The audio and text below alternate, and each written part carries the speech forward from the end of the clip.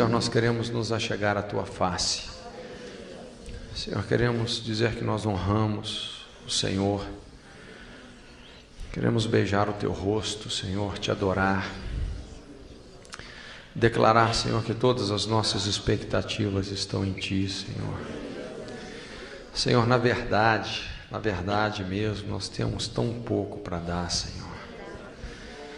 Senhor, mas o pouco que nós temos, aqueles pães e peixes, um pouquinho nós colocamos nas Tuas mãos. Que o Senhor possa multiplicar, Senhor.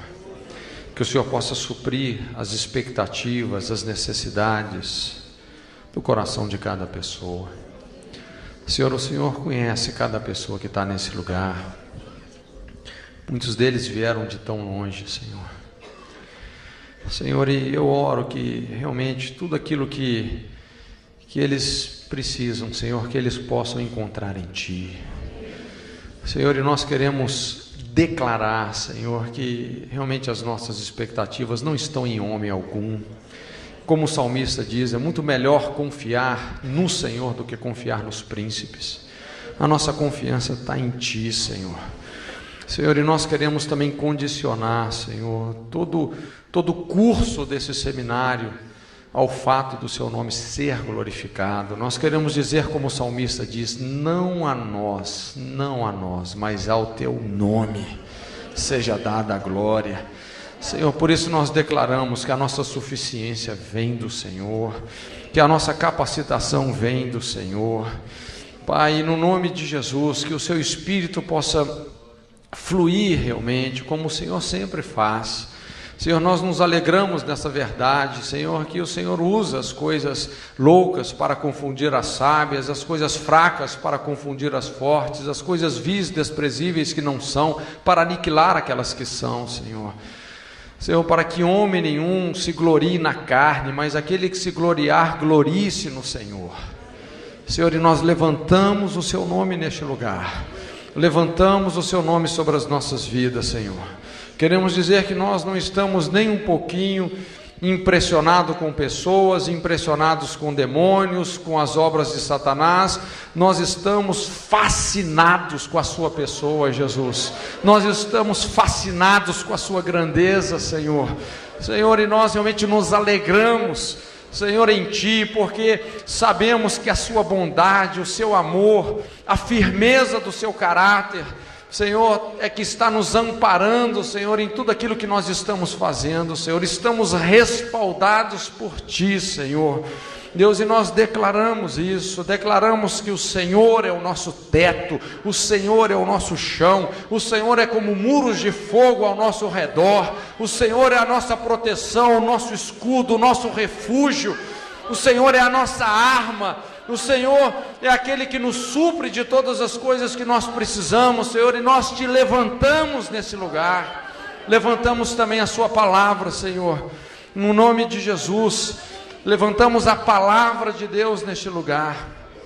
Ela é luz para os nossos caminhos, é lâmpada para os nossos pés, é a verdade que nos santifica, é escudo, é broquel, é saúde para os nossos ossos, é como o martelo que esmiuça a pedra, é como fogo que consome a palha. Senhor, que o Seu Espírito possa liberar a Sua palavra sobre as nossas vidas, porque como Paulo disse, Senhor, que a Sua palavra é a espada não de um pregador, mas é a espada do Espírito Santo, Senhor. E nós invocamos o ministério do Espírito Santo nesse lugar.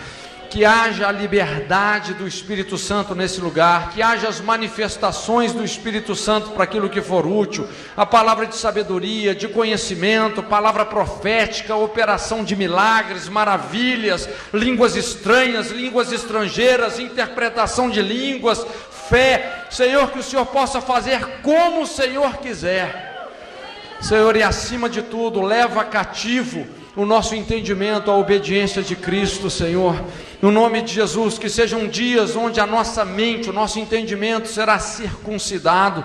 Senhor, dá-nos ouvidos para ouvir, dá-nos um coração responsivo, Senhor Deus, para que possamos corresponder com as expectativas do seu Espírito. Senhor, e como igreja aqui reunido, nós todos, como um só homem, um só coração, nós estamos concordando, dizendo sim, amém, para tudo aquilo que o Espírito Santo quer realizar, no nome de Jesus.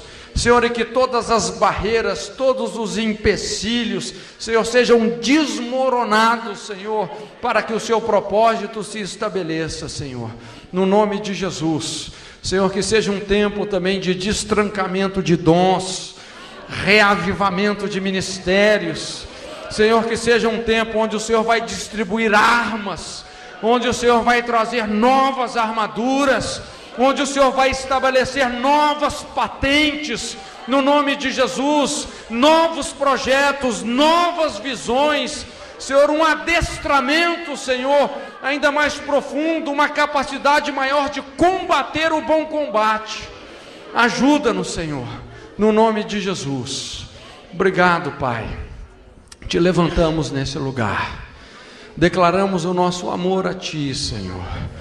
Declaramos, Senhor, que precisamos do Senhor, que estamos batizados nessa verdade que Jesus disse: sem mim nada podeis fazer. E realmente tudo que nós fazemos sem o Senhor chama de nada, porque não tem relevância, Senhor, mas nós queremos dizer que tudo que nós vamos fazer aqui, Senhor, nós queremos fazer, Senhor, pelo Seu Espírito, nós queremos orar no Espírito, queremos ministrar a palavra no Espírito, queremos ouvir a Sua voz no Espírito, Senhor Deus, tudo que queremos fazer aqui é no Seu Espírito, Senhor. Ajuda-nos, dá-nos essa sensibilidade, Senhor. Glorifica o Teu nome, Pai, em nome de Jesus, em nome de Jesus, amém. Aleluia. Pode sentar.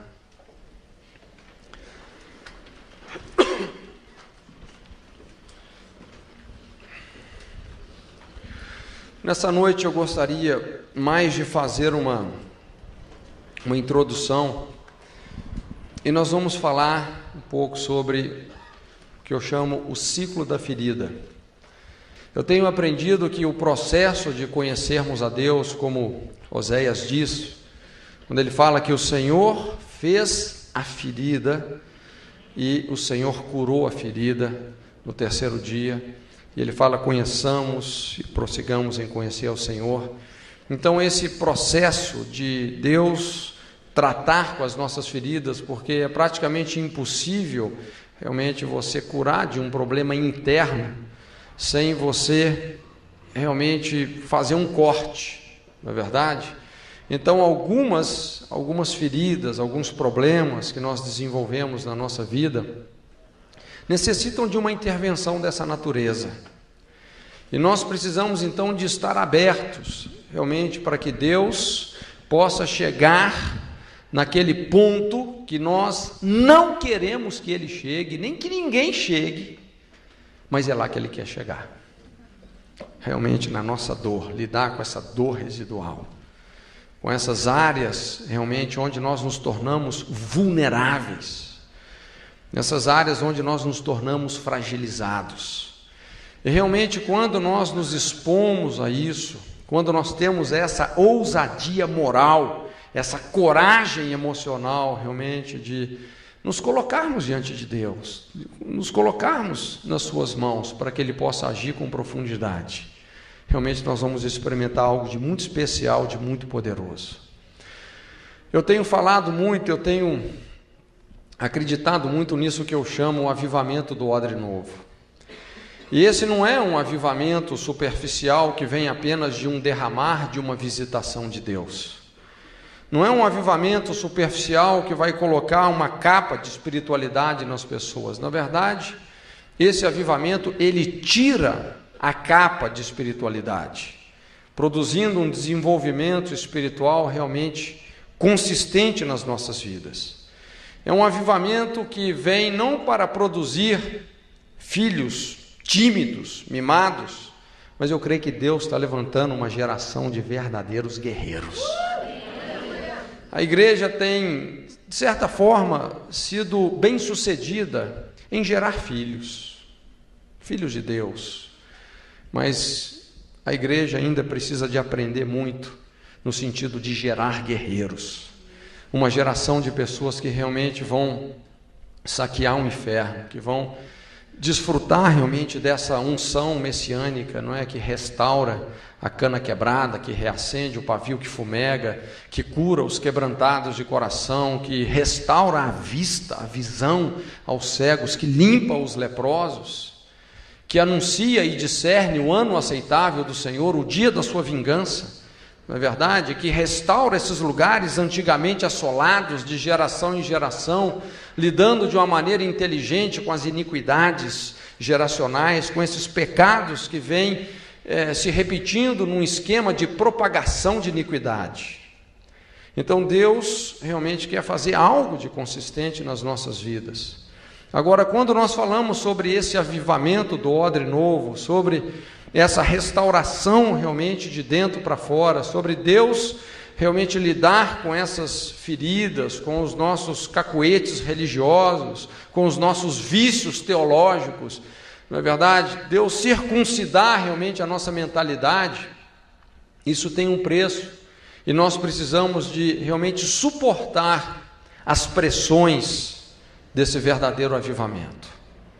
Tem algo que me impacta muito quando ali Abacuque ele fala sobre o dia do Senhor, né? Que será um grande e terrível será o dia do Senhor. E a Bíblia fala assim: quem suportará o dia da sua vinda? Eu creio que todos nós queremos um avivamento nas nossas vidas, não é verdade? Todos nós queremos ver realmente Deus agindo de uma maneira ilimitada, através das nossas vidas, dos nossos ministérios. Mas essa pergunta é intrigante, porque ele fala assim: quando Deus vier em ondas de avivamento, quem suportará o dia da sua vinda? Quem subsistirá quando ele aparecer? Porque ele vai ser como o fogo do ourives, ele vai ser como o sabão dos lavandeiros. Quem vai suportar essa purificação de Deus na sua vida? Será que nós vamos suportar essa purificação? Será que nós vamos aguentar realmente esse processo? É importante você pensar antes de você continuar nesse curso, né? É importante você pensar seriamente nisso. Porque eu creio que Deus realmente, de uma maneira muito especial, Ele quer trazer essa purificação. E uma outra palavra para purificação, realmente é a libertação. Uma palavra para essa purificação que Deus quer realizar nas nossas vidas. Então eu gostaria de introduzir nessa noite sobre esse ciclo da ferida, nós entendermos realmente o processo da ferida, como isso acontece, não apenas numa perspectiva pessoal e espiritual, uma determinada linha de ação, uma corrente de iniquidade, através da qual nós vamos realmente construindo esse quadro, mas também entendermos como isso pode prender gerações. E é dessa forma que Satanás, ao invés de conquistar uma geração, ele começa a conquistar uma linhagem, e realmente criando padrões culturais que realmente amarram sociedades realmente numa mentalidade totalmente oposta ao conhecimento de Deus. Uma série de sofismas, de argumentos que realmente afastam as pessoas do propósito de Deus. Nós vamos discorrer um pouco aí no capítulo 30 de Provérbios. Se você quiser, você pode deixar a sua Bíblia aberta aí. E é muito interessante que, se você ler esse capítulo, você vai perceber que esse capítulo 30 de Provérbios, ele sempre está falando sobre 4 coisas, sobre 4 gerações, não é? Ele é focalizado dentro dessa perspectiva do número 4. E o número 4 realmente ele estabelece um conceito de universalidade. Então aqui nós podemos entender a abrangência, de algumas coisas que realmente são muito importantes. E ele começa falando sobre 4 gerações aí, Jaque, Agur, Itiel e Ucal. E quando chega nos versículos 11 a 14, a forma como cada uma dessas gerações é caracterizada, me fez compreender isso que eu chamei, então, o ciclo da ferida, ou o ciclo da maldição.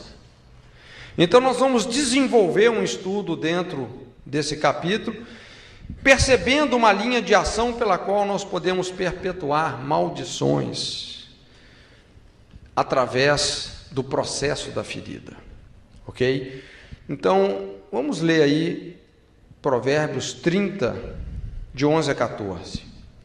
Há uma geração que amaldiçoa a seu pai e que não bendiz a sua mãe.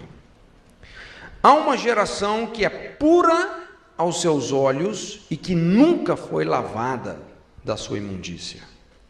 Há uma geração cujos olhos são altivos e cujas pálpebras são levantadas para cima. Há uma geração cujos dentes são espadas e cujos queixais são facas para consumirem na terra os aflitos e os necessitados entre os homens. 4 gerações. É muito importante, irmãos, nós entendermos estes estágios da ferida. Na verdade, as feridas da alma são esse habitat dos demônios. Assim como Deus habita nos louvores, muitas entidades demoníacas, elas habitam nas feridas. Esse é o ambiente de muitas entidades demoníacas. Existe uma entidade que está lá descrita, 1 Reis, no capítulo 1, se eu não me engano, quando a Bíblia fala sobre Baal-zebub, Deus de Ecrom. No literal, esse nome significa o Senhor das moscas. O Senhor das moscas. E quando você começa a pensar realmente na atividade de uma mosca, não é? E é interessante que aquele rei que foi buscar a ajuda de Elias, quando ele ficou doente, foi buscar ajuda, e Elias mandou dizer para ele: olha, você foi depender de Baal-zebub, Deus de Ecrom, vai morrer doente. Você vê que é um espírito que se alimenta das doenças, das feridas, da debilidade emocional. Quando você vê um animal ferido, o que tem sobre as feridas daquele animal? Moscas, parasitando aquele sangue, parasitando toda aquela situação. Um lixo também, no lixo estão ali as moscas. Então, estas entidades, na verdade, são entidades que têm essa tarefa, desempenham essa tarefa. Elas se nutrem dos ressentimentos, das inimizades, da falta de perdão, do rancor. Na verdade, são entidades demoníacas que elas estão se alimentando, se nutrindo, se fortalecendo e construindo também fortalezas através das feridas que são estabelecidas na alma das pessoas. É interessante que essas fortalezas espirituais da mente, isso numa tradução literal pode ser colocado como casas formadas por pensamentos ou por argumentos. E nós sabemos que realmente as fortalezas demoníacas, essas fortalezas internas, que abrigam muitas entidades demoníacas, que dão guarita para uma exploração demoníaca, essas fortalezas, elas são construídas como? Qual que é a matéria-prima disso? Argumentos, pensamentos, mentalidades que realmente nutrem essas feridas, que sustentam ainda mais as inimizades, os relacionamentos rompidos, quebrados, separados. Então, tudo isso serve de fortificação para que os demônios possam se abrigar e, por intermédio dessas mentalidades, nos atacam de dentro de nós mesmos, nos aprisionando com sentimentos, hábitos totalmente contrários à vontade e ao propósito de Deus. Então, primeiramente, eu gostaria de uma forma assim resumida, para depois a gente passar uma visão um pouco mais bem elaborada, mas eu quero fazer uma abordagem dessas 4 gerações para construir esse entendimento sobre o que realmente significa este ciclo da ferida, ok? 4 estágios que nós vemos, então, que são descritos por essas 4 gerações. O primeiro estágio está aí no verso 11, há uma geração que amaldiçoa seu pai e que não bendiz a sua mãe. Então, o que a gente vê nesse texto, realmente, é uma reação à rejeição, é uma reação negativa, é uma reação de desonra. E esse é o processo de abertura da ferida. O jugo das rejeições familiares e as decepções com modelos de autoridade mais significativos da nossa vida. O jugo dessas rejeições, produzindo uma reação pecaminosa, de desonra, de ressentimento, de mágoa. Então esse é o processo da abertura da ferida. Irmãos, e quando nós pensamos sobre esse fardo de rejeições que todos nós, de certa forma, tivemos que carregar, passamos, sofremos, é muito importante nós entendermos algo. Não importa o que fizeram conosco, importa o que nós estamos fazendo com aquilo que fizeram conosco. O que você está fazendo? Qual é a resposta que você está dando para essas coisas? O processo de abertura da ferida é exatamente quando uma rejeição é correspondida com rebelião. Existem algumas formas sutis de rebelião. Existe a rebelião que você age com agressividade, mas tem a rebelião que você age com autorrejeição. Depois de ser rejeitado, você mesmo se rejeita. É um tipo de rebelião. Você está se rebelando contra o propósito de Deus. Cada vez que diante de uma rejeição nós reagimos com rebelião, nós vamos construir, abrir uma ferida. Então nós podemos equacionar da seguinte forma: rejeição menos perdão igual a rebelião. Qual que é o princípio da rebelião? É quando nós fracassamos em perdoar.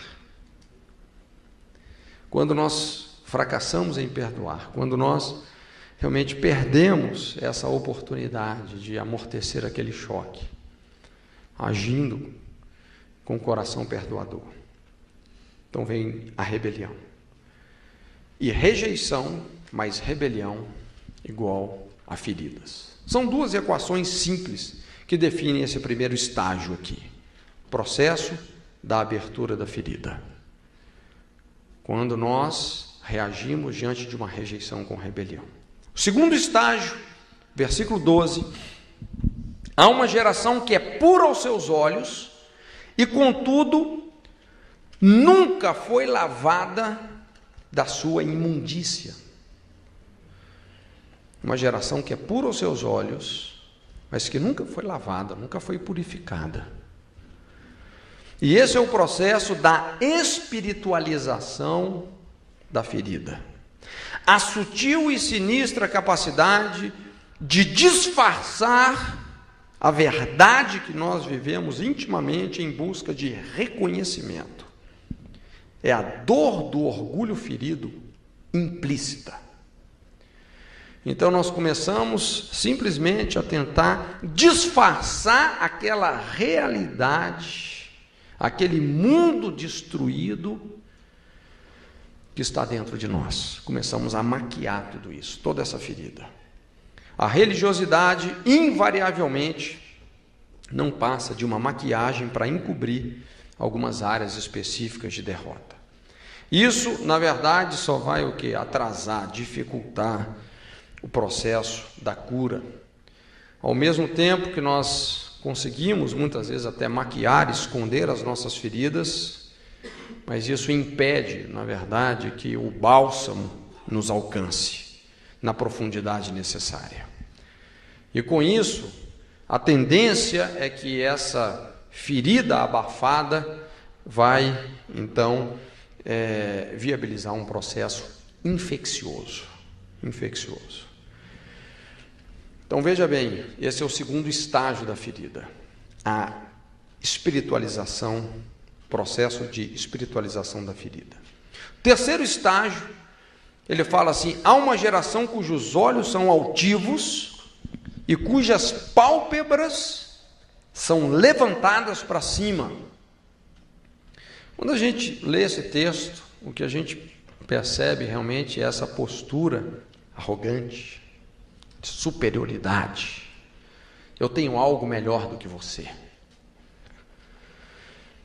A sofisticação.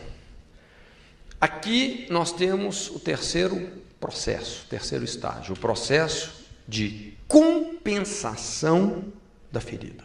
Veja bem, quando nós abrimos uma ferida, correspondendo uma rejeição com rebelião, e muitas vezes chegamos na igreja, só que ao invés de nos abrirmos para sermos curados, nós começamos a maquiar, a espiritualizar a nossa ferida.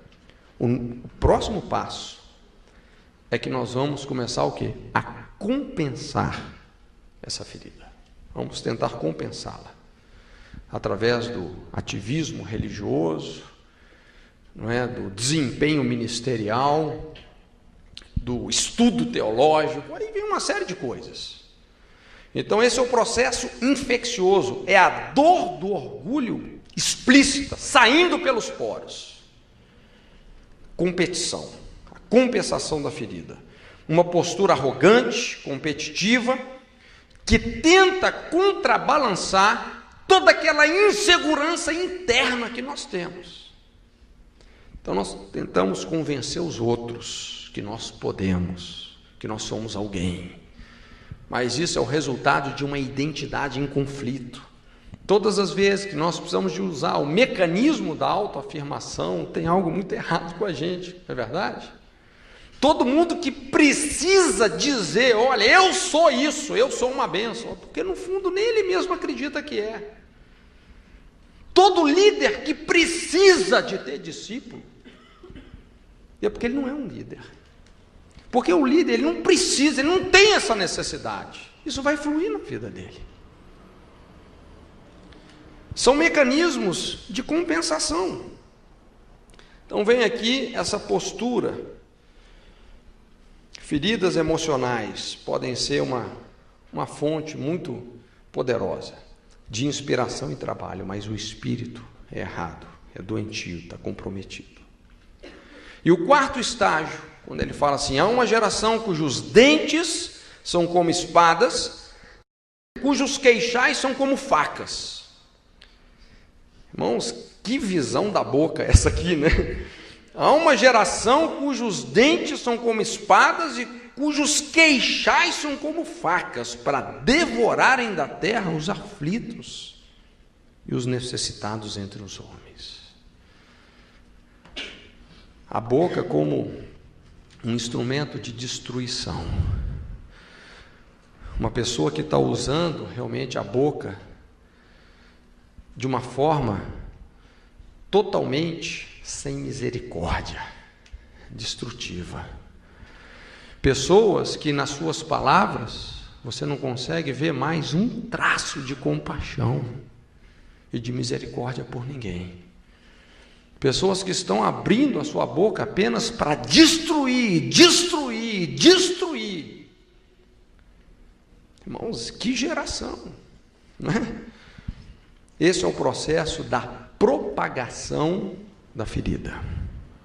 Veja bem, quando nós abrimos a ferida, reagindo diante de uma rejeição com rebelião, de repente chegamos na igreja, ao invés de sermos curados, escolhemos maquiar as nossas feridas, espiritualizá-las. Daqui a pouco nós vamos estar compensando essas feridas através de ativismo ministerial.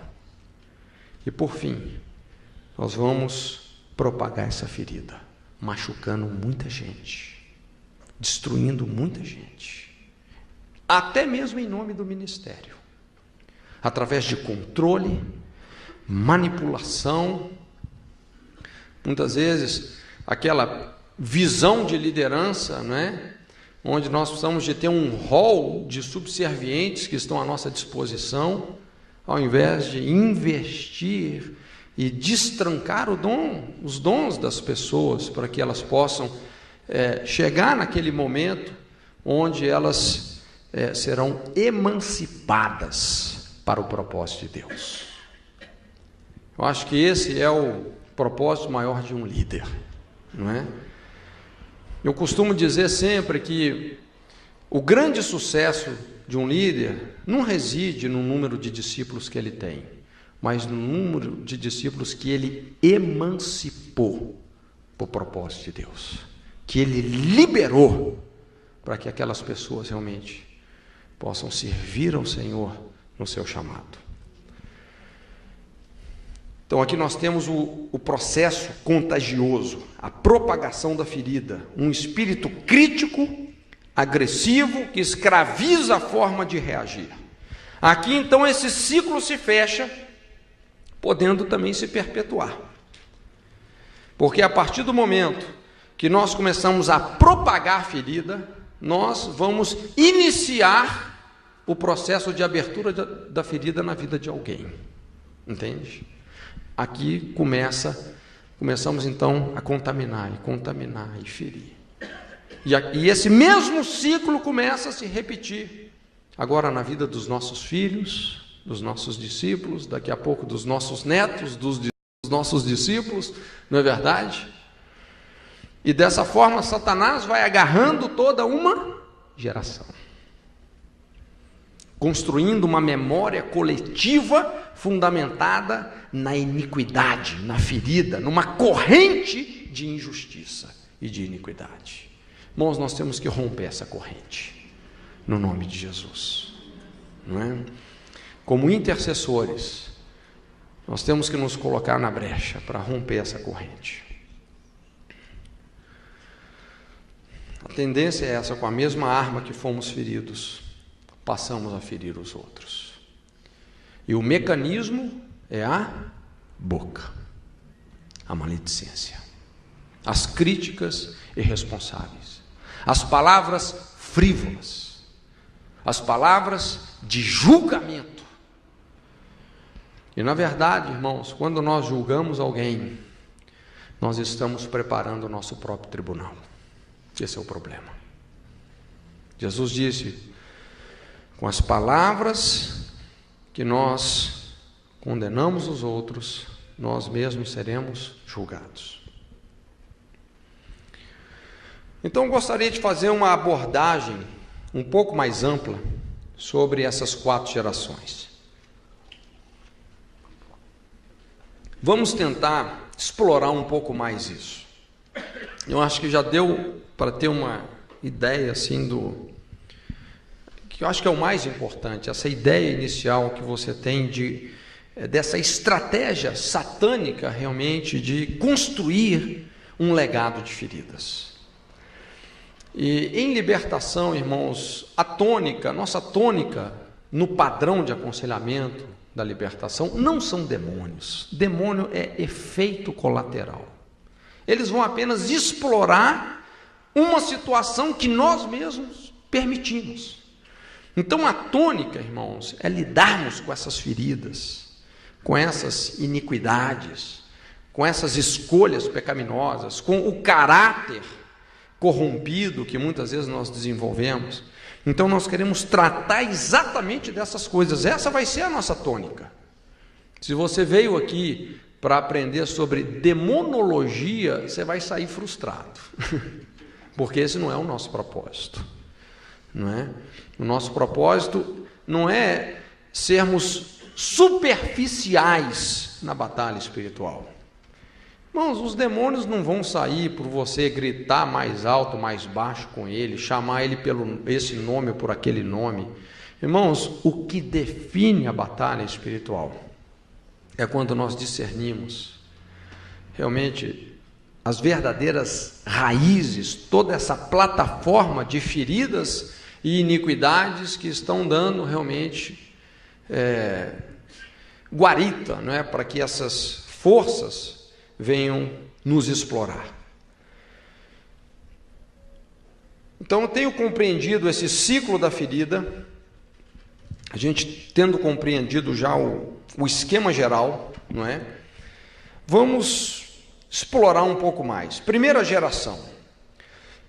Nessa primeira geração, quando a Bíblia fala, há uma geração que amaldiçoa o seu pai, que não bendiz a sua mãe. O ponto sério aqui é esse: falhas na paternidade provocando rebelião.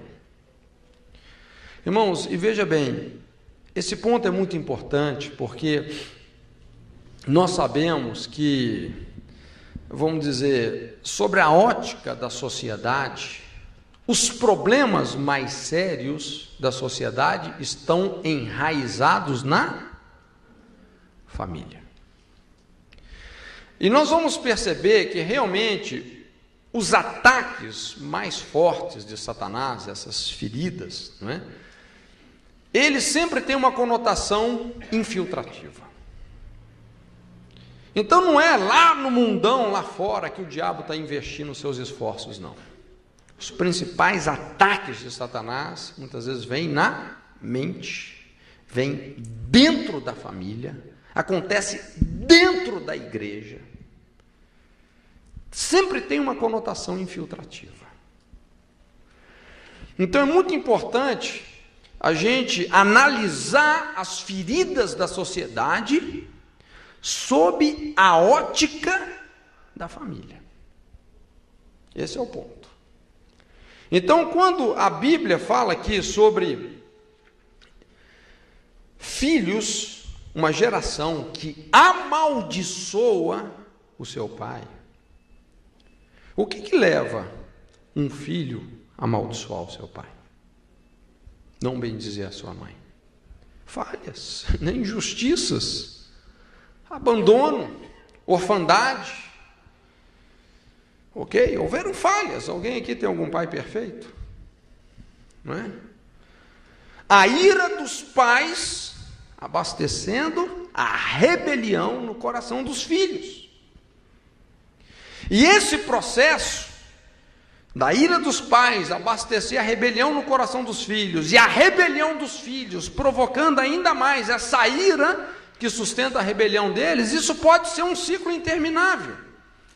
Esse é o processo da abertura da ferida, é um convite à rebelião. Então essa primeira geração é denunciada através dessa epidemia de famílias desintegradas. Como eu disse, o que levaria um filho a amaldiçoar os pais? Falhas na paternidade, muitas injustiças. Por isso que a Bíblia fala: pais, não provoqueis a ira dos vossos filhos. Tudo começa com o fútil legado dos pais, criando uma brecha na forma de pensar entre pais e filhos. Começa a criar uma distância, uma lacuna, uma brecha. E a brecha das gerações é essa, que os pais, de repente, não falam mais a linguagem dos filhos. E os filhos, tão pouco querem ouvir os pais. Começam, muitas vezes, a fazer exatamente o oposto em relação aos pais, para provocar ira. Eu me lembro de uma irmã que nós atendemos, e a mãe dela tratava ela com muita injustiça, a humilhou várias vezes. Às vezes impedia ela de sair, ela saía a si mesma. A mãe dela ia lá na casa da amiga, no meio de todo mundo, puxando ela pelos cabelos até em casa. E ela então, de pirraça, ela começou a fazer as piores coisas que você pode imaginar, exatamente para ferir a mãe dela, exatamente para ferir. E foi interessante que essa menina, ainda como uma adolescente, resolveu se tornar uma bruxa. E ela realmente se aproximou de uma pessoa, que era uma feiticeira, começou a ser discipulada por essa feiticeira. Veja bem quem ela colocou no lugar da mãe, aquela bruxa. Aí o grande sonho dela, dentro do tipo de bruxaria que ela praticava, que era Wicca, ela tinha um sonho de ser como Lilith. Lilith, para você entender melhor, é uma Iemanjá vampira. É um espírito de vampiro, é uma bruxa vampira. O sonho dela era ser Lilith. Ela não tomava sol durante o dia, para ficar pálida, só andava de preto. Vários anos assim, para se tornar como Lilith. Veja bem que nessa brecha, exatamente nessa brecha de injustiça, onde a mãe provocou a ira, foi por essa brecha que aquela entidade se infiltrou e adotou ela. Ocupou o lugar da mãe na vida dela, literalmente. Se tornou uma filha de Lilith. Era o sonho dela.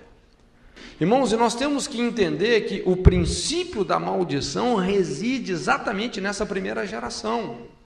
Porque a Bíblia fala assim, que se os pais não se converterem aos filhos e os filhos não se converterem aos pais, a terra será ferida com maldição. A Bíblia fala, eu, Senhor.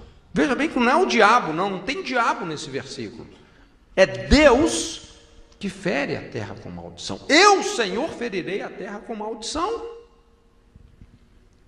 Então, o princípio da maldição se aloja na descontinuidade geracional. Quando há uma ruptura entre gerações, entre pais e filhos, nesta ruptura, essa cunha de Satanás se infiltra. E a maldição fere a terra. Há uma ferida aí. Por isso eu costumo dizer, eu não gosto muito desse termo quebra de maldição, porque eu creio que lidar com as maldições envolve principalmente intercessão. É um processo de dissolver, é uma guerra que envolve uma continuidade. Mas o princípio mais elevado para confrontarmos as maldições é a reconciliação familiar, a reconciliação geracional. Esse foi o ministério de João Batista. Irmãos, isso é tão forte. Esse versículo que eu falei, não é? Se os pais não se converterem os filhos aos pais, eu, Senhor, ferirei a terra de maldição, é o último versículo do Antigo Testamento, o último versículo do livro de Malaquias. E depois de Malaquias, dessa palavra de Malaquias, houveram 400 anos de silêncio bíblico, 400 anos de silêncio profético. Esse silêncio durou até João Batista, não foi isso? E quando Deus levantou João Batista, 400 anos depois de Malaquias, qual foi a mensagem de João? A mesma mensagem. A virtude do Senhor estava sobre João para converter o coração dos pais aos filhos, dos filhos aos pais, dos rebeldes à prudência, para que seja levantado um povo bem disposto para o Senhor. A mensagem que liga o Antigo ao Novo Testamento é essa: reconciliação familiar. É fechar a brecha das gerações. É essa mensagem que realmente, vamos dizer assim, cria essa solidez de toda a palavra de Deus. Se os pais não souberem compreender a dinâmica cultural da sua geração para a próxima, isso pode causar o quê? Uma quebra no diálogo, na comunicação. E com essa quebra no diálogo, o relacionamento é cortado no coração. É o que a gente tem percebido muito nessa nova geração. As pessoas totalmente órfãs, não querem ouvir mais os pais. E o autor dessa confusão de linguagem entre pais e filhos é uma entidade, não é que a Bíblia, é o nome que a Bíblia dá a Moloque. Toda criança rejeitada, abandonada, acaba sendo recolhida por Moloque, não é? E essa entidade, sua tarefa é essa, colocar essa cunha entre as gerações, separando pais dos filhos, tirando-os do lar, fazendo filhos da rua. Os filhos da rua, os filhos do abandono, os filhos do shopping center, não é? Os filhos da televisão. Agora, o efeito colateral da rejeição ou da ausência paterna, veja bem que esse buraco que os pais deixam na vida de um filho provoca uma crise existencial. Provoca uma incapacidade de discernir até mesmo a existência de Deus. Produz ceticismo, produz frieza. Eu tenho atendido pessoas que vêm de uma história de orfandade, que eu fico impressionado de ver a frieza dessas pessoas. Pessoas que perderam toda a afeição. Às vezes me lembro de um irmão que eu atendi, e ele falou que desde que ele foi abandonado aos 3 ou 4 anos de idade, ele falou assim: eu nunca chorei, eu nunca mais chorei, eu não sei o que é chorar. Pessoas que perderam os sentimentos. E isso produz uma carência, uma terrível carência afetiva. E eu acho interessante a linguagem que o escritor de Provérbios usa para expressar, para explicar essa carência, né? Ele fala assim: a sanguessuga tem 2 filhas, a saber, Dadá. Essas 3 coisas nunca se fartam e 4 nunca dizem basta. Então aqui a gente vê exatamente essa ânsia de preencher um déficit emocional com um crédito de concupiscência. Isso não tem fim. Aí vem a questão do hedonismo, do amor ao prazer. E é interessante que a Bíblia explica essa dinâmica. Necessidades padecerá aquele que ama os prazeres. Quando você centra a sua vida no amor ao prazer, você vai implodir emocionalmente. Você vai se tornar realmente um poço sem fundo, alguém insaciável. É o que fala aqui sobre a sanguessuga. E essa carência afetiva distorce a personalidade. Aqui está, vamos dizer assim, a maneira pela qual nós podemos definir literalmente o ângulo de distorção na personalidade humana de um indivíduo.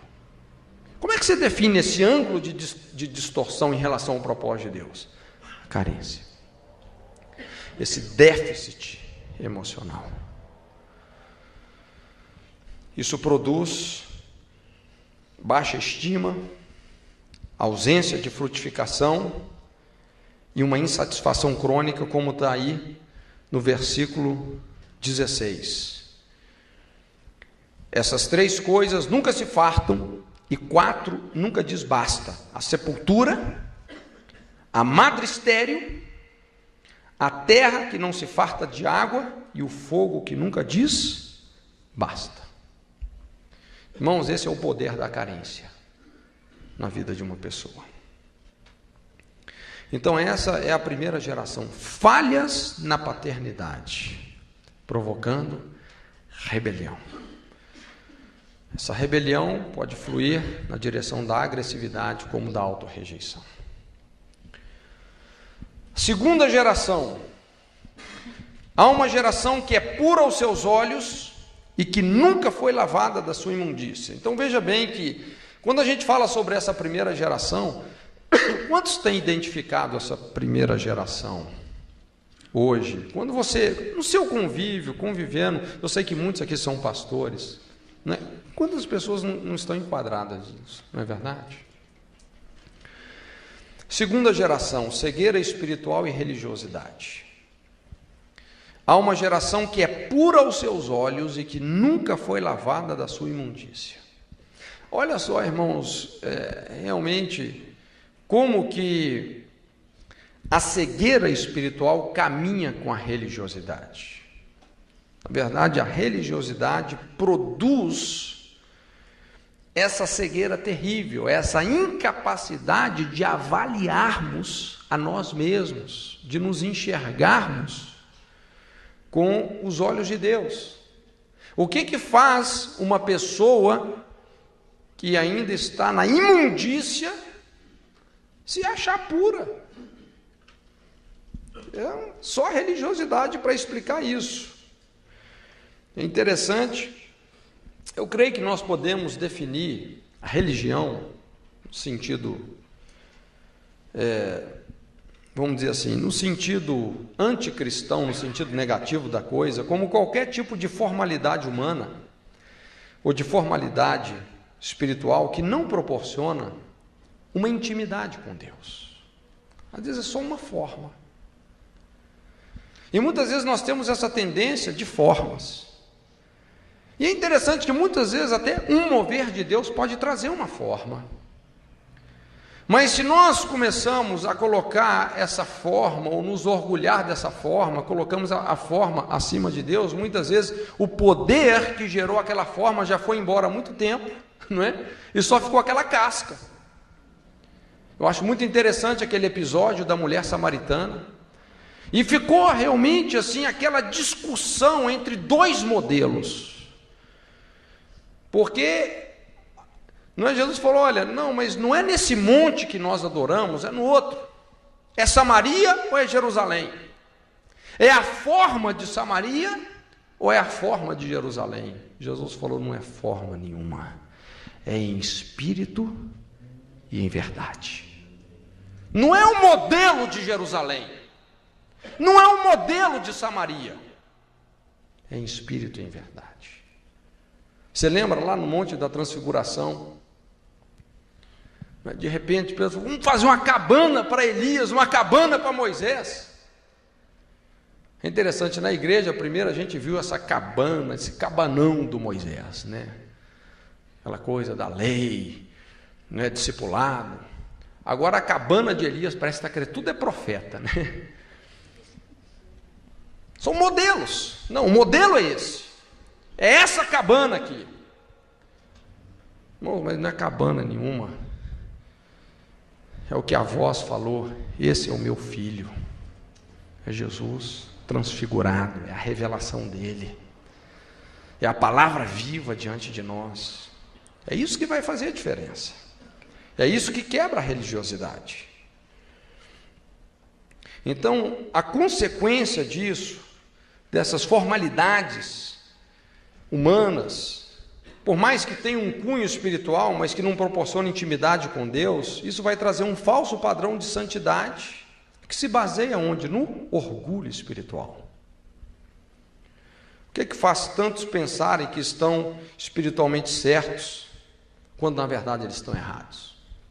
O que é que fez um homem como Saulo perseguir tenazmente a igreja primitiva, com tanto zelo e sinceridade? Não é?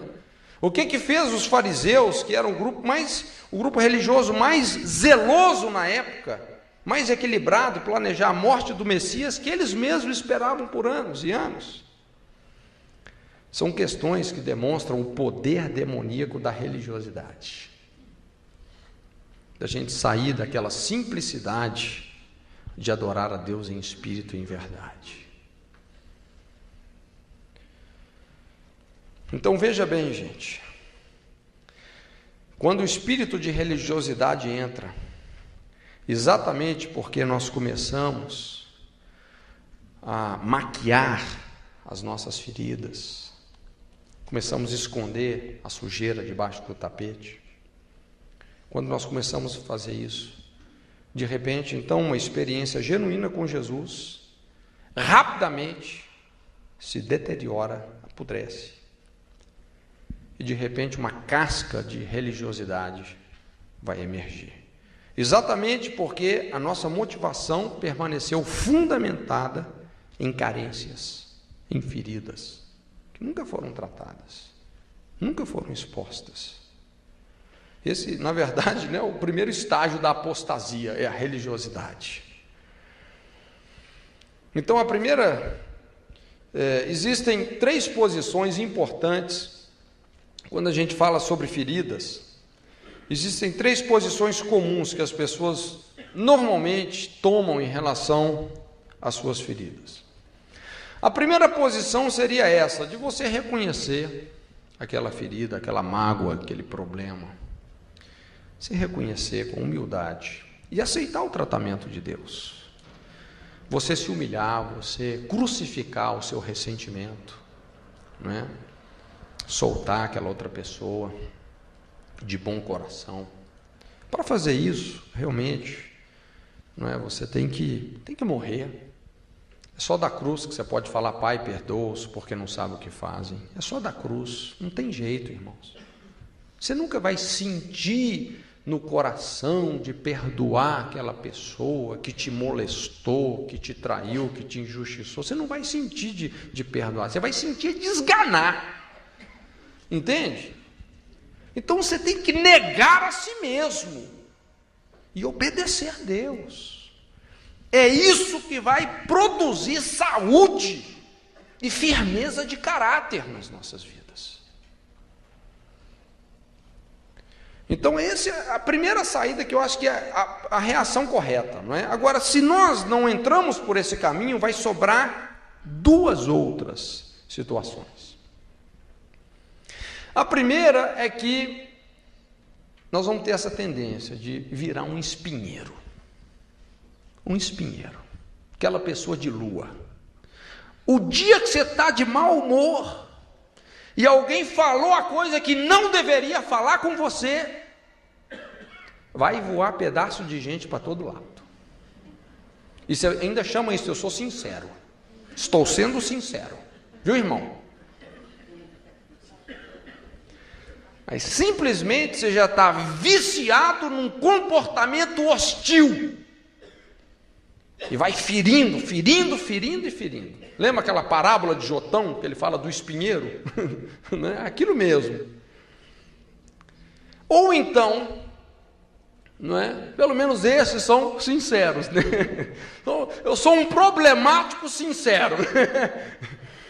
Ou então, você vai se tornar numa pessoa lustrosa.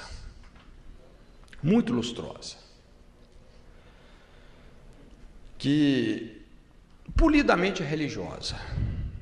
Você controla aquela ferida dentro de você, mas na verdade aquilo começa a produzir muitas vezes uma personalidade maquiavélica, manipuladora, não é? Motivações maliciosas, corrompidas. E você começa realmente a fazer um jogo muito sagaz com as pessoas, tentando levar vantagem de todas as formas, realmente traindo de maneira muito sutil. E na verdade, irmãos, essa é a opção mais sinistra, que descreve com mais precisão isso que está aqui em Provérbios, essa segunda geração. E hoje a gente percebe isso através dessa epidemia de religiões, de igrejas que estão por aí. Que apesar de toda a religiosidade, a gente vê muitas pessoas construindo uma ponte entre religiosidade e imoralidade. Normalmente, o que a gente tem observado na prática é que pessoas doentes, carentes, vão unir religião com imoralidade. Isso é uma ponte do inimigo. É um mecanismo estratégico de Satanás. Então começa aí por essa carência provocada pelas falhas, pelos abusos lá na paternidade ou outros modelos de autoridade. E à medida que a religiosidade vai abafando a nossa comunhão com Deus, a tendência é perder terreno, voltando para os pecados do passado, onde imoralidade é um dos mais cotados. Então nós temos um ciclo vicioso, a religiosidade nos vulnerabilizando e empurrando para a imoralidade, e a imoralidade sendo compensada por um comportamento religioso. Onde é que esse ciclo vai terminar? Num escândalo, num grande escândalo. Por isso que a Bíblia fala assim, né? Moabe é a minha bacia de lavar. Moabe era o ícone da perversão sexual, era o filho de um incesto. A Bíblia fala, o homem que desagrada a Deus vai cair nas mãos da mulher maliciosa. Então veja bem, a tendência é sempre compensar um déficit de amor com um crédito de concupiscência. E na busca por essa aceitação entra não apenas a imoralidade, mas também a libertinagem e o pior, a cegueira em relação a essas mesmas coisas. E é muito importante nós analisarmos o que está aí no verso 17, quando a Bíblia fala assim, os olhos que zombam do pai ou desprezam a obediência da mãe, o que vai acontecer com esses olhos? Corvos do ribeiro os arrancarão, os pintãos da águia os comerão. Cegueira. Então a hipersensibilidade, aquela hipersensibilidade emocional, né, em relação às feridas causadas por falhas de paternidade, nos deixa insensíveis e cegos em relação ao nosso real diagnóstico espiritual. Nós começamos a perder a capacidade de mapear os nossos próprios problemas. Interessante no verso 19, né, a Bíblia fala aí sobre o caminho da águia no céu, o caminho da cobra na penha, o caminho do navio no meio do mar, o caminho do homem como a virgem, coisas que não deixam rastro, o que define bem essa justiça própria que vem da religiosidade. É quando nós estamos cegos ou impotentes para mapear problemas e erros do passado e insensíveis em relação aos pecados do presente. Começamos a perder contato com o discernimento espiritual. A lâmpada do discernimento começa a apagar. Os nossos olhos, o nosso entendimento espiritual é arrancado. E hoje, irmãos, nós temos uma geração muito grande que, apesar de estar dentro das igrejas, estão cegas por seus próprios pecados, se achando muitas vezes melhor, mesmo na prática de pecados como superioridade crítica, preconceito, intelectualismo, prepotência. Pessoas se acham assim uma bênção.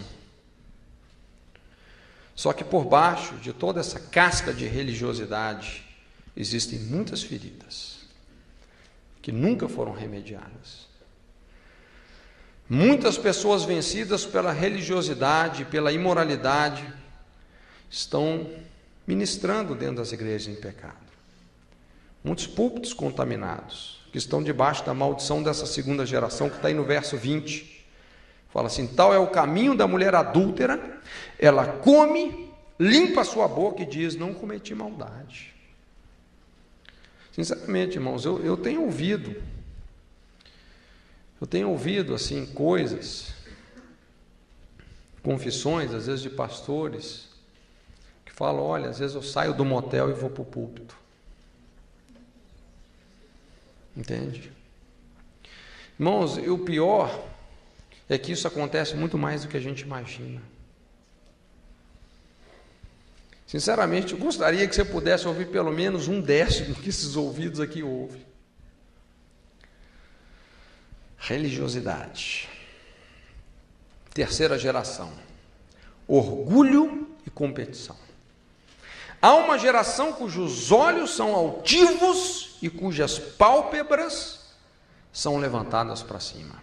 Olhos altivos, pálpebras levantadas para cima. O que fala sobre isso? Arrogância, não é? O orgulho. E essa geração está refletida na epidemia de casamentos destruídos, com as suas terríveis implicações, e também na epidemia das igrejas divididas. Irmãos, o que nós temos que entender é que todo processo de orgulho e competição vai produzir divisão, destruição. E é muito comum a gente ver, às vezes, essa realidade, né? Já vimos esse filme muitas vezes. Vem um novo mover de Deus, grandes resultados, muitas vezes, despertam orgulho e superioridade nas pessoas imaturas. Acaba desencadeando um processo de fragmentação.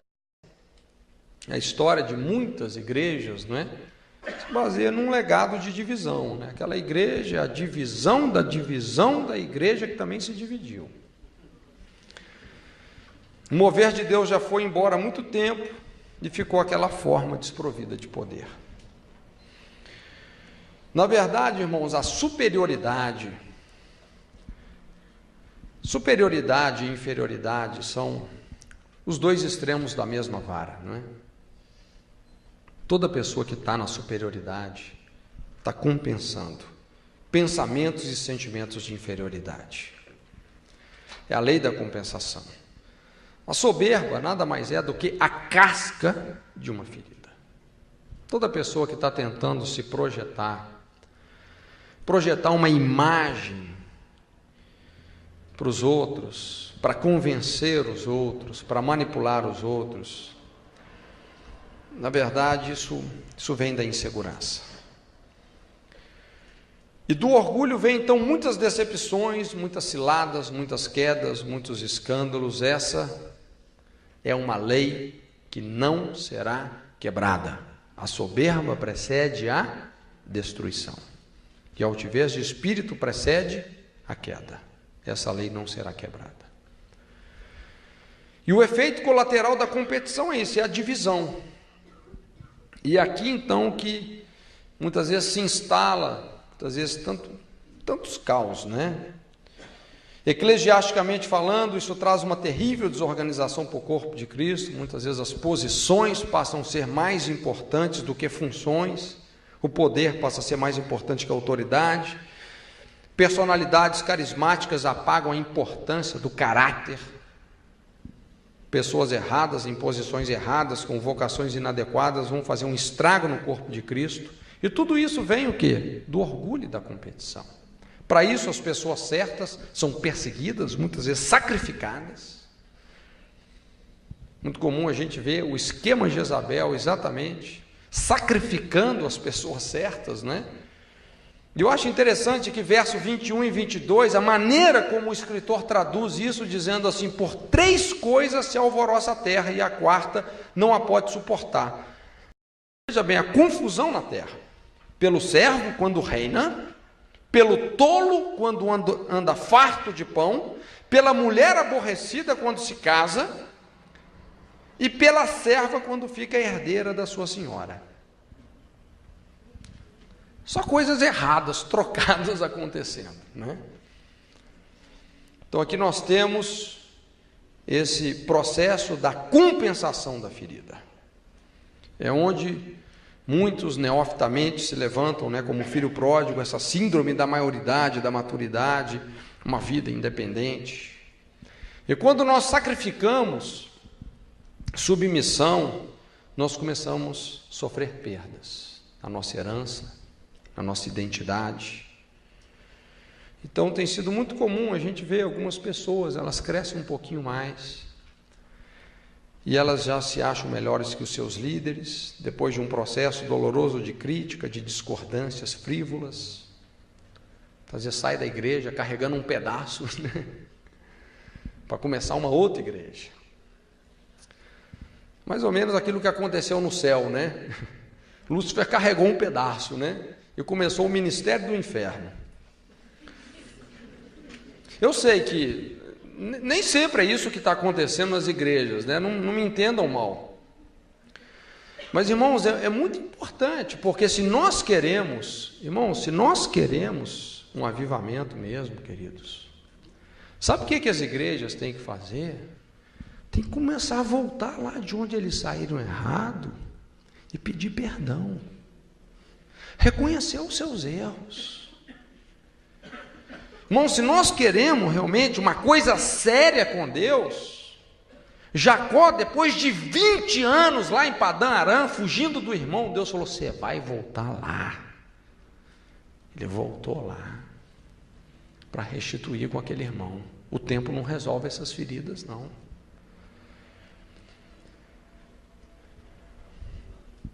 Irmãos, isso é fundamental. O resgate da unidade. Esgotarmos as possibilidades para realmente combatermos o bom combate da unidade. Sem isso, irmãos, nós perdemos a autoridade como igreja. E a quarta geração, maledicência e rejeição. Há uma geração cujos dentes são espadas e cujos queixais são facas, para consumirem na terra os aflitos e os necessitados entre os homens. Vamos aqui a boca como uma arma de destruição. O poder da morte e da vida está na língua, não é isso?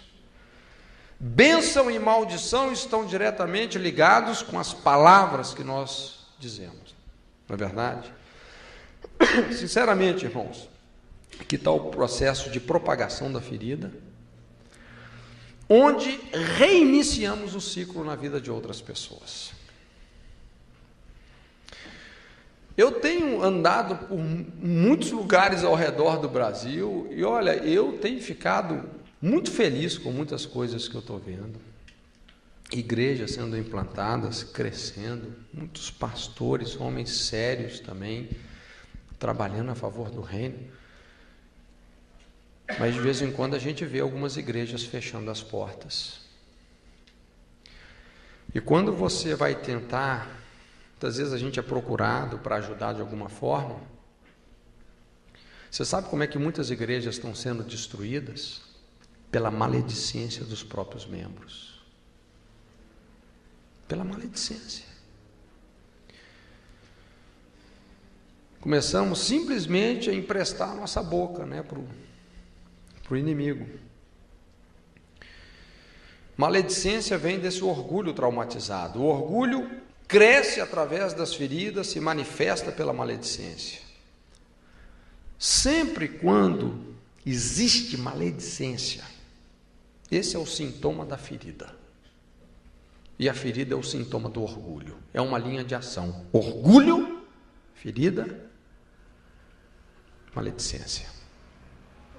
O que fica ferido em nós é o orgulho, não é verdade? Comum a gente até usar aquele termo, não, o irmão ficou com um orgulho ferido. Porque se você não tem orgulho, você não vai ficar ferido. Ninguém pode ferir você sem o seu consentimento. Você só fica ferido se você escolher não perdoar. É uma escolha, não é verdade? Porque nós temos a mais poderosa arma, que é o perdão. E aqui então, nessa linha de ação, orgulho, feridas e maledicência, as pessoas se tornam duras, críticas e sem misericórdia. Às vezes você vê, por exemplo, pais que não expressam 1 milímetro de misericórdia com os filhos. Tratam de uma maneira, você não vê um traço de compaixão. Meu Deus. Pessoas que se tornam totalmente sem misericórdia. A pessoa ferida, ela desiste do amor e passa a ferir com a mesma arma que foi ferida. E esse é um terreno fértil para a liberação das maldições.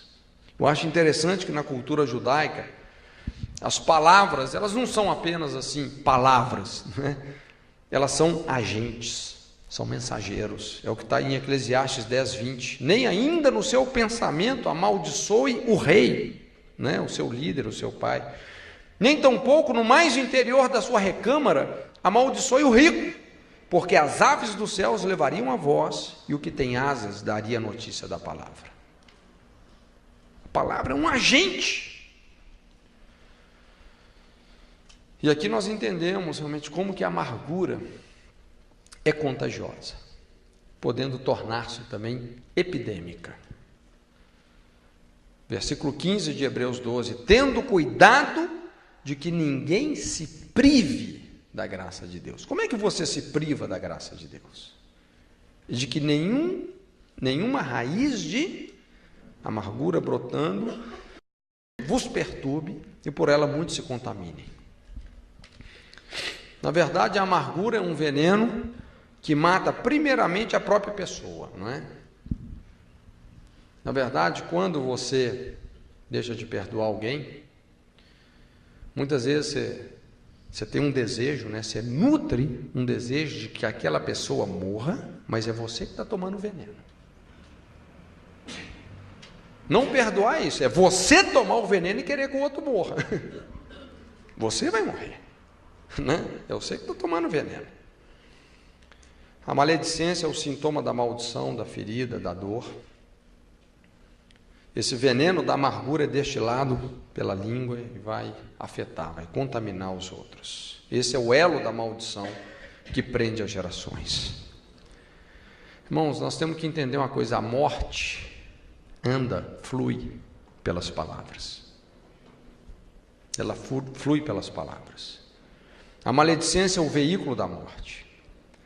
É a ferramenta demoníaca que faz uma maldição se perpetuar. Maior arma do diabo é nada mais, nada menos do que a boca do crente. Essa é a maior arma de Satanás.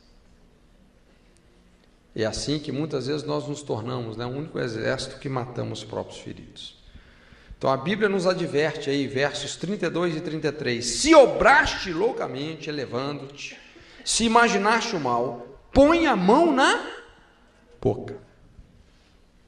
Porque o espremer do leite produz manteiga, o espremer do nariz produz sangue, o espremer da ira produz contenda. Irmãos, nós temos aqui então uma corrente de iniquidades.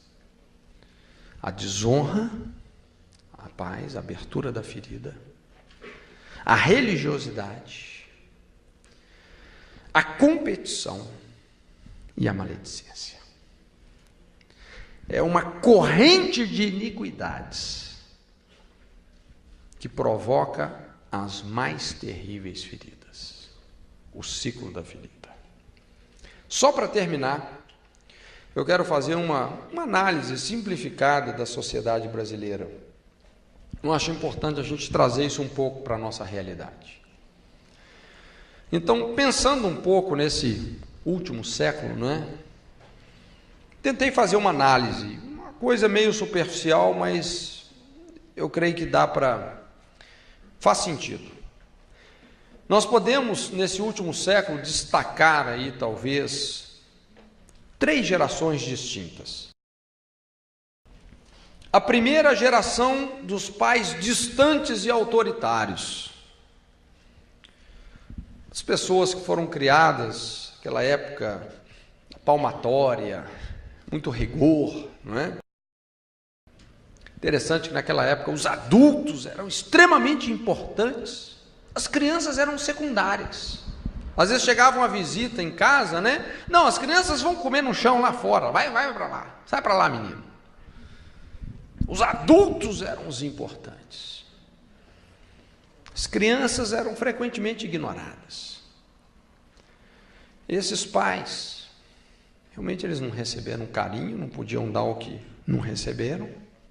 E é comum a gente ouvir os filhos desses pais dizendo: puxa vida, meu pai nunca me pegou no colo.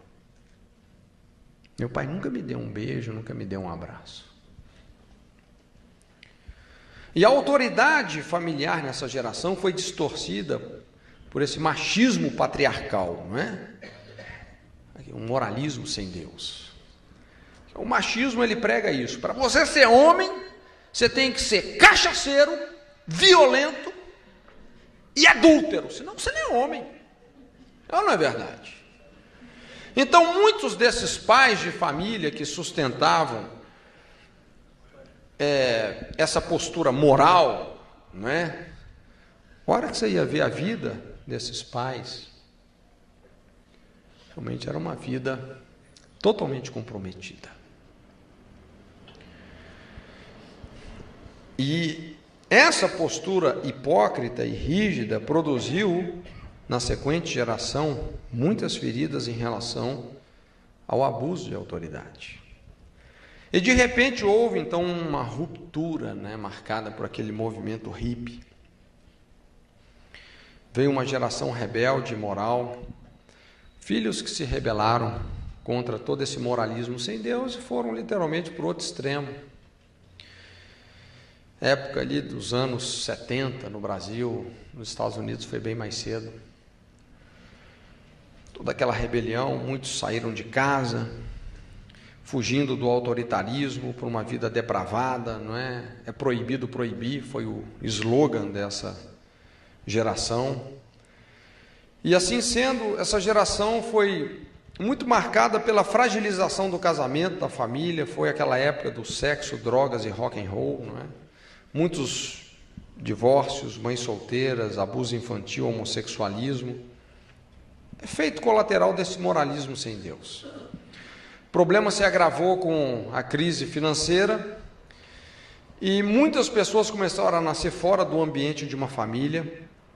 Foi quando, ali no início da década de 70, a sociedade começou a perceber o problema, dos meninos de rua. Olha, agora tem os meninos de rua, isso está crescendo muito. Hoje nós já temos os bisnetos, dos meninos de rua. E essa geração atingiu o ponto culminante quando ali, constitucionalmente, a censura é tirada de campo, em nome da arte, da modernidade. Lógico que a censura tinha que cair em relação a muitas coisas mesmo, principalmente politicamente falando. Mas o que a gente percebeu é que houve realmente uma invocação da imoralidade ali. E a imoralidade trouxe consigo uma companheira inseparável, que é a violência. E você pode perceber que de 88 para cá, realmente houve assim, um crescimento cavalar da violência. E atualmente, então, nós temos o que a mídia denominou, da X Generation, a geração X, que são exatamente esses filhos, os filhos dos pais divorciados, das mães solteiras, dos drogados, alcoólatras, filhos do abandono e etc. Filhos independentes, sem limites. Então, de repente, a menina de 12 anos, 11 anos, chega 3 horas da manhã em casa, o pai está com outra, não se sabe aonde, a mãe viajou, não se sabe com quem, não é? Esse pessoal totalmente sem limites. E eu te pergunto, será que essa geração, assim, eles se sentem seguros com isso? Eles estão bem com isso? Obviamente que não. As evidências são claras que não. Essa ânsia, por chamar a atenção, denuncia isso.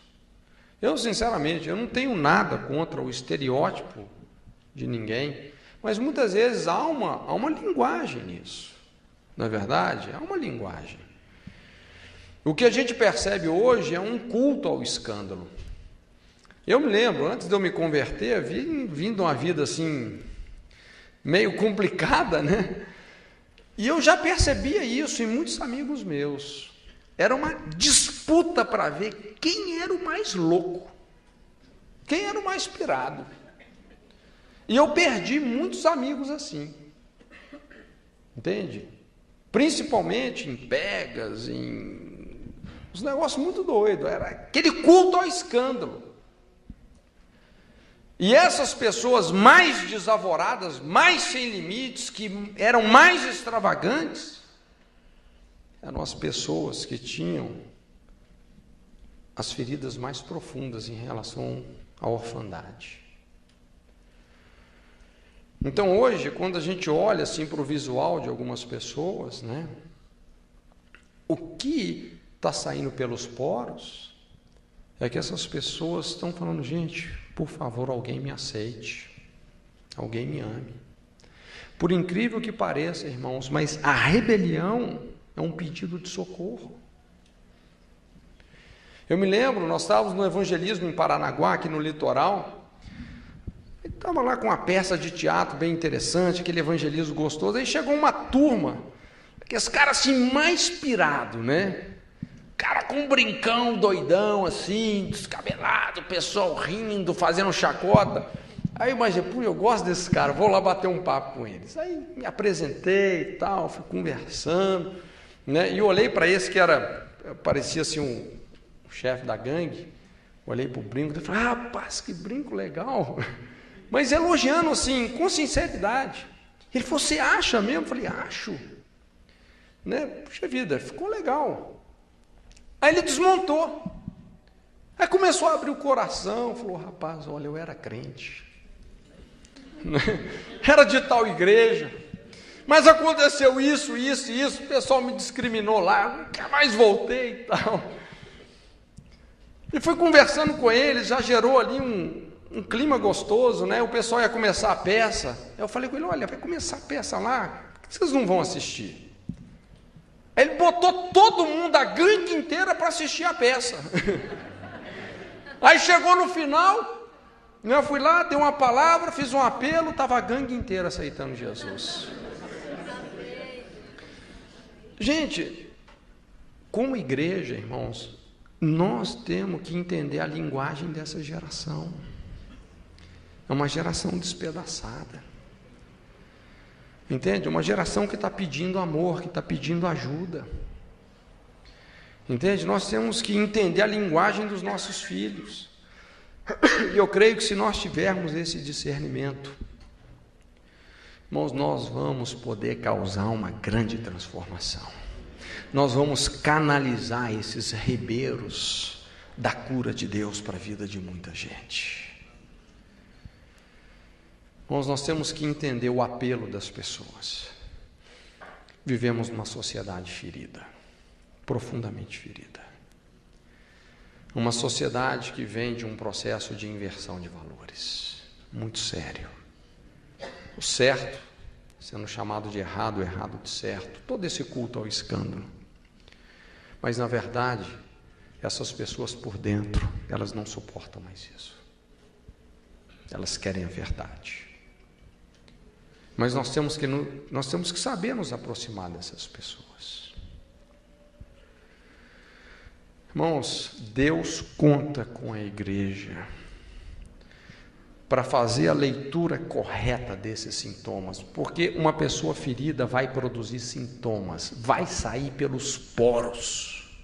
E se nós soubermos fazer essa leitura e simplesmente ser uma expressão do amor e da aceitação de Deus, nós vamos conseguir muitos resultados. Ciclo da ferida. Curva sua cabeça, amém? Eu gostaria que nós pudéssemos, nessa noite, levantar um altar de transparência. Na verdade, esse ciclo, muitas vezes, ele está acontecendo dentro de uma realidade interior, lá no âmago da nossa alma. Essa corrente de iniquidade, essa rebelião contra a rejeição, a espiritualização da ferida, a compensação da ferida, a propagação da ferida. Quer dizer, a ferida só aparece quando ela é propagada. Mas até essa propagação, muitas vezes esse processo todo está se dando de uma maneira muito camuflada. E é exatamente nesse ocultismo que nós começamos a ser algemados por Satanás, porque ele é o príncipe das trevas. E tudo aquilo que nós mantemos em trevas está sob a jurisdição dele. Aí nós damos lugar. Por isso que Paulo fala: não ponha o sol sobre a vossa ira, irai-vos e não pequeis. Não deis lugar ao diabo. Essa ira incontida, não é? Que vem da ferida. E eu gostaria que nós pudéssemos, então, levantar um altar de transparência, de permitir que o bisturi de Deus realmente pudesse rasgar nossa alma. E se você tem experimentado esse tipo de coisa, se você percebe que você tem agido com rebelião, diante de rejeições, diante de autoridades. Se você tem espiritualizado também a sua ferida, se você tem maquiado muitas dessas coisas na sua vida, se o seu ministério, as suas tentativas ministeriais têm sido com essa motivação de compensar, de chamar atenção, de conquistar realmente os elogios, os aplausos, a monopolizar a atenção das pessoas. Se você também tem deixado isso extravasar através de muita maledicência, muita crítica irresponsável, se existe essa corrente de iniquidade ou parte dela, e você hoje quer se expor, quer se arrepender, você quer o bálsamo de Deus na sua vida, você quer deixar a luz entrar realmente, trazendo graça, trazendo vida na sua alma, eu gostaria que você pudesse sair do seu lugar, vir aqui na frente, eu quero orar com você, no nome de Jesus. Tenha liberdade. Se quiser, você pode subir aqui na frente, não tem problema. É muito importante essa atitude realmente de nos posicionarmos diante de Deus.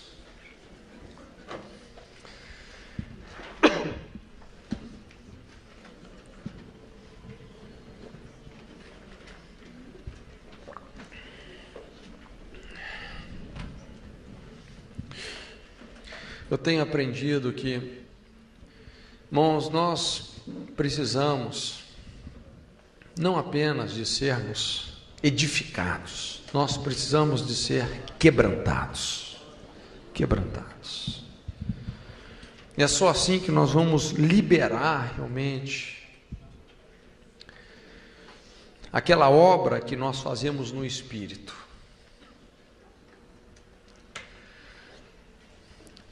Então deixa essa casca se romper agora. Deixa essa casca de justiça própria, de religiosidade, realmente se romper.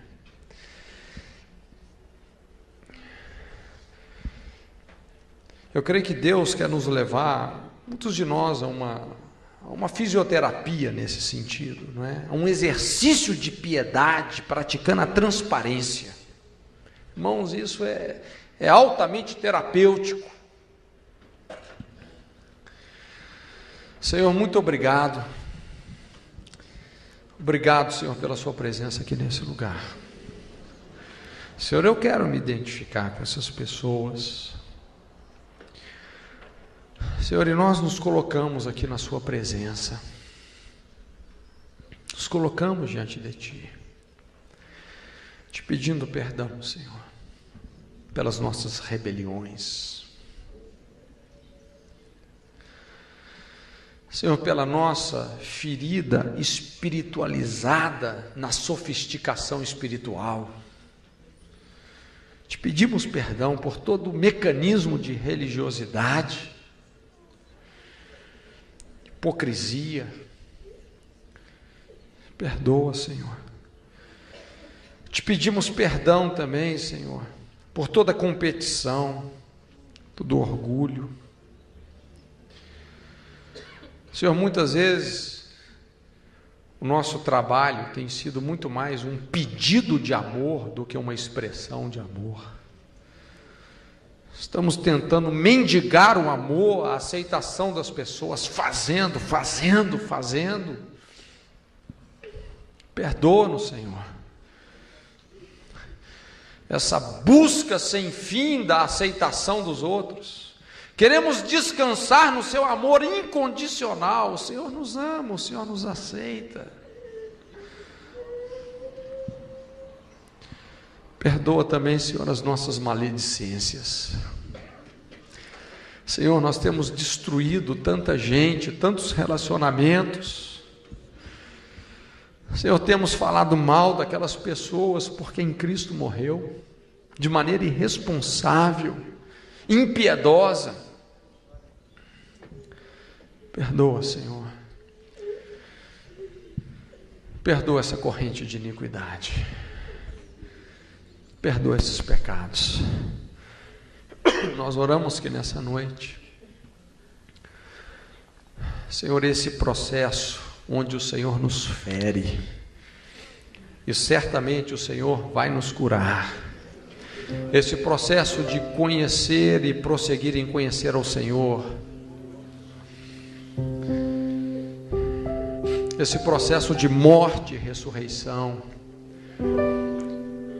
que esse processo possa se iniciar nas nossas vidas.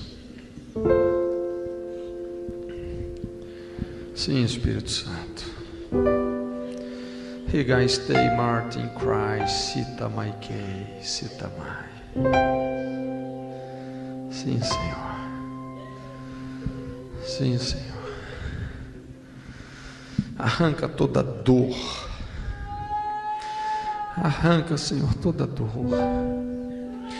Todo esse reservatório de dor que tem sustentado os nossos traumas.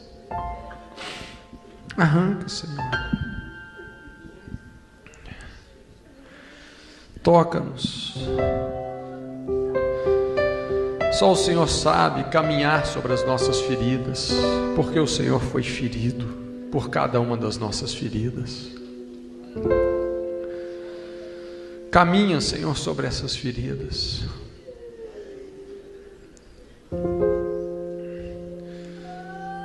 Toca-nos, Senhor. Toca-nos com a sua presença.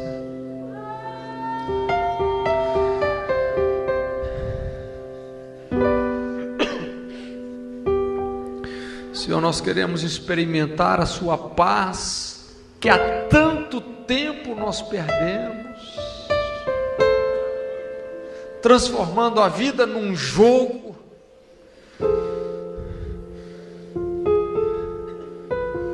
Senhor, nós queremos simplesmente descansar, nos render.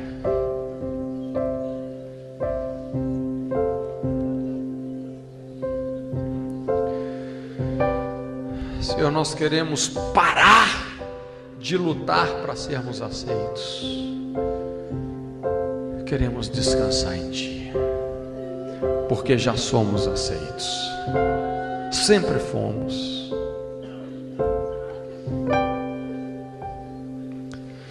Obrigado, Senhor, porque nós não temos que fazer nada para sermos aceitos, para sermos amados. O Senhor simplesmente nos ama. Obrigado, Senhor.